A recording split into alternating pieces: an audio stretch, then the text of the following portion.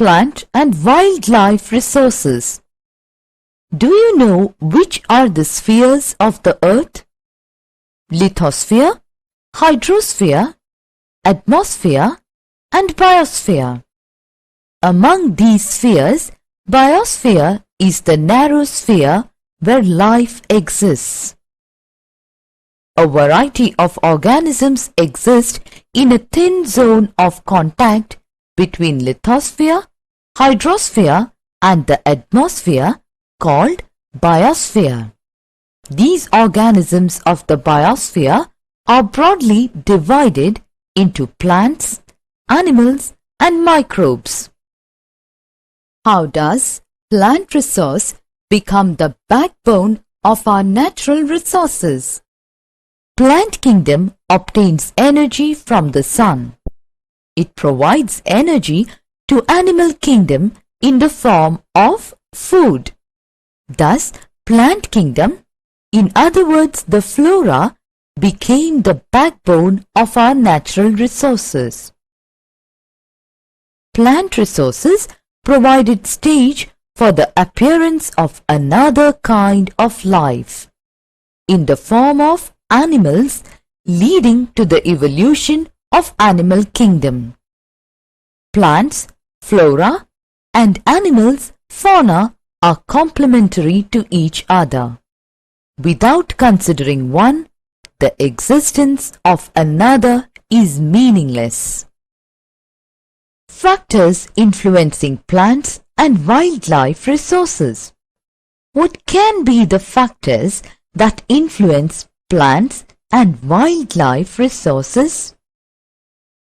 The physical environment influences the type of organisms living in an area.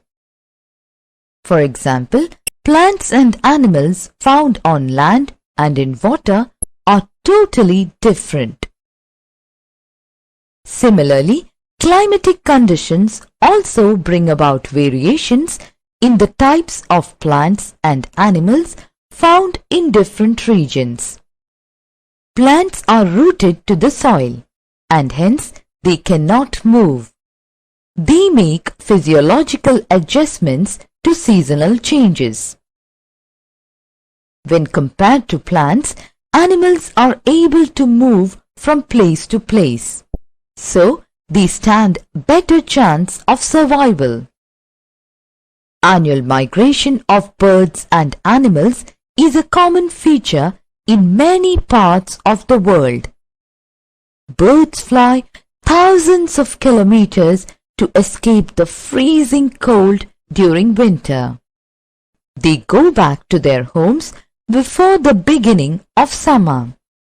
It is understood that climate is the most important factor that influences plant and animal resources. Forest types. Forests make the bulk of our natural vegetation. Forests are found from the equator to the areas beyond 60 degrees north and south. But the types of trees found in these forests vary depending upon the range of temperature. Forests are classified broadly into evergreen and deciduous forests. Evergreen forests. Trees in these forests do not shed their leaves simultaneously during any season of the year. Evergreen forests may also be grouped into tropical evergreen forests, mid-latitude evergreen forests, Mediterranean and coniferous forests. Tropical evergreen forests. Let us cite some important features of tropical evergreen forests. These forests are found in the areas of heavy rainfall and abundant sunshine. Hot and humid conditions favor luxuriant growth of a variety of vegetation. Trees have broad leaves to permit transpiration of surplus moisture. These forests consist of hardwood species and are evergreen. Important species are bamboo, cinchona, rubber, ebony, mahogany, sandalwood and rosewood. Tropical evergreen forests are available in Amazon Basin, Zaire Basin, Malaysia, Myanmar, Cambodia, Vietnam, Indonesia and New Guinea. Mid-latitude evergreen forests. These forests are found on the eastern margins of continents. These forests contain hardwood trees with broad leaves. Oak, eucalyptus and wattle are some economically important trees of these forests. South China, southeastern USA, South Brazil, east coast of South Africa and southeastern Australia have such forests. Mediterranean forests. This type of vegetation is found largely in the areas around the Mediterranean Sea, like Italy, Spain, South France, Greece, California and southern Africa. Trees are adapted to seasonal changes in temperature.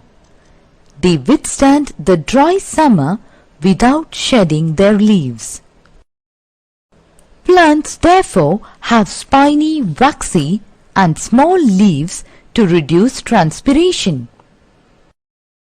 Plants largely grow in winter and they have to be protected from the severity of heat during summer. Trees are not thick and have broad leaves. They are of medium height. Important species are olive, oak, figs, pine, fir, cedar, oranges, grapes and lemon, etc. Coniferous forests. These forests extend as a continuous belt around the North Polar region and high mountains in Europe, Asia and North America. Due to low rainfall and severe cold winters, growth of plant life is very slow. The trees are evergreen with small needle-like leaves to reduce transpiration and to protect themselves from cold winter. The trees have soft wood. These softwood trees are pine, cedar and fir.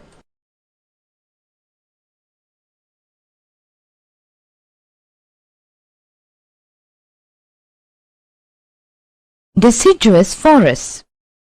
Deciduous forests are those in which trees shed their leaves in a particular season in order to conserve loss of moisture through transpiration. Tropical deciduous. Let us understand some important features of tropical deciduous forest. These forests are found in subtropical regions with a distinct dry season. Trees shed their leaves during summer. These forests are comparatively less dense than tropical evergreen forests. Teak, sal, shisham, neem and mango trees are the main species of trees grown here. Monsoon Asia, parts of Central America, Brazil and Northern Australia have such forests. Mid-latitude deciduous. These forests occur in the coastal temperate regions. Western Europe, northeastern China, Japan, northeastern USA, New Zealand and southern Chile have such forests. Trees shed their leaves in winter to protect themselves from cold. because during winter, temperature in these areas falls below 6 degrees Celsius. Birch, ash and oak are some of the important trees of these forests. Uses of forests. Forest resources can be used for different purposes. Commercial utilization of temperate evergreen and coniferous forests is very high. Norway, Sweden, Finland and Canada are important exporters of several forest products such as paper, wood pulp and newsprint. In India and other monsoon countries of South and Southeast Asia, rosewood, sandalwood, teak and mahogany are the important species which have been used economically to a large extent. Forests protect animals from wind, rain, storms, cold, heat and also prevents soil erosion. They provide fruits, food products, wood, timber and industrial products. Wildlife resources. Animals, birds and other organisms which live in a natural habitat are termed as wildlife. All the living organisms in the biosphere are interdependent, and they are a part of the food chain. Conservation of wildlife. Why does wildlife need to be conserved? Wildlife plays an important role in an ecosystem and the substance of life on the earth. Many species of animals and plants have great use to man. Besides, they maintain the ecological balance. Hence, it is necessary to conserve the wildlife. There are different steps for conservation of wildlife. They are establishment of national parks and wildlife sanctuaries, legal protection of wildlife and endangered species. Each and every attempt should be made to conserve the endangered species. Threatened species should be restored by providing suitable environmental conditions and increasing reproductive capacity of those species. Habitats should be safeguarded. Conservation of forests. Why is it important to conserve forests? Forests play a very important role in the life and economy of a nation. The increasing destruction and degradation of forest areas lead to heavy erosion of the topsoil, erratic rainfall, and reoccurring floods. Due to these reasons, it is important to conserve forests. Now, let us list some important measures for conservation of forests. Diversion of forest lands for other purposes have to be prevented. Reckless cutting of forests needs to be checked. Steps have to be taken to stop shifting practice of cultivation. Forest fire is another cause of forest depletion which needs to be controlled effectively. Afforestation has to be taken up effectively. Fossil fuels. Why are coal, mineral oil and natural gas called fossil fuels? Because of their organic origin, these are called fossil fuels. They are produced from plant and animal materials and are forms of stored solar energy. How are fossils formed? Fossils are formed by the decomposition of marine creatures, minute plants and animals buried and sedimented for millions of years. Here we will study how large deposits of oil and gas are formed. Under the presence of overlying rocks, the oil and gas are squeezed out of the source rocks. They move up through available spaces. However, if they are trapped beneath a layer of impermeable rock, oil or gas deposits are formed. The rocks that contain large deposits of oil and gas are called reservoir rocks. There is a possibility that the alternative sources of energy might replace fossil fuels in future. The alternative sources of energy are hydropower, geothermal, nuclear, solar and wind power. Distribution of fossil fuels. We can list out some widely used fossil fuels: coal, mineral oil, natural gas, petrol, kerosene, etc. Coal. Coal, which is a conventional source of energy, is found as one of the layers or seams in the sedimentary rocks. The thickness of the coal seams depends upon the nature of the plant cover.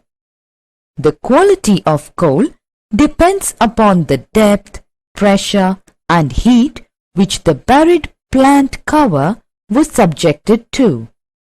The coal which we are using today is formed millions of years ago when giant ferns and swamps got buried under the layers of earth. Coal is therefore referred to as buried sunshine. Coal is of 4 types. They are anthracite, which contains more than 80% carbon. Bituminous contains 60 to 80% carbon. Lignite contains 50 to 60% of carbon contents. Peat contains less than 50% of carbon. Coal, world distribution: Russia, USA, China, Australia, parts of Western Europe, South Africa and India. In India, Gondwana coal deposits located in Damodar Valley, Jharkhand and West Bengal. Important coal fields are Jharia, Raniganj, Bokaro. Other coal fields are Godavari, Mahanadi, Son and Wardha valleys. Tertiary coal deposits are located in northeastern states: Meghalaya, Assam, Arunachal Pradesh and Nagaland. Mineral oil, world distribution: Saudi Arabia, Russia, Venezuela, Mexico, Libya, Nigeria, UK, Norway, Denmark, Germany and the Netherlands. India, Assam, Digboi, Gujarat, Maharashtra, Gulf of Khambat and in the Arabian Sea of Maharashtra coast. Natural gas. Natural gas is found with petroleum deposits and is released when crude oil is brought to the surface. It can be used as a domestic and industrial fuel. Russia, Norway, UK and the Netherlands are the major producers of natural gas. Compressed natural gas, CNG, is a popular, eco-friendly, automobile fuel as it causes less pollution than petroleum and diesel. Petroleum. Petroleum is found between the layers of rocks and is drilled from oil fields located in offshore and coastal areas. This is then sent to refineries which process the crude oil and produce a variety of products like diesel, petrol, kerosene, wax, plastics and lubricants. Petroleum and its derivatives are called black gold as they are very valuable. Summary. Minerals and power resources provide the basis for industrial development. Minerals are of two types, metallic and non-metallic. Some important metallic minerals are iron, copper, bauxite, manganese, gold, uranium, thorium, etc. The non-metallic resources are coal, petroleum, natural gas, etc.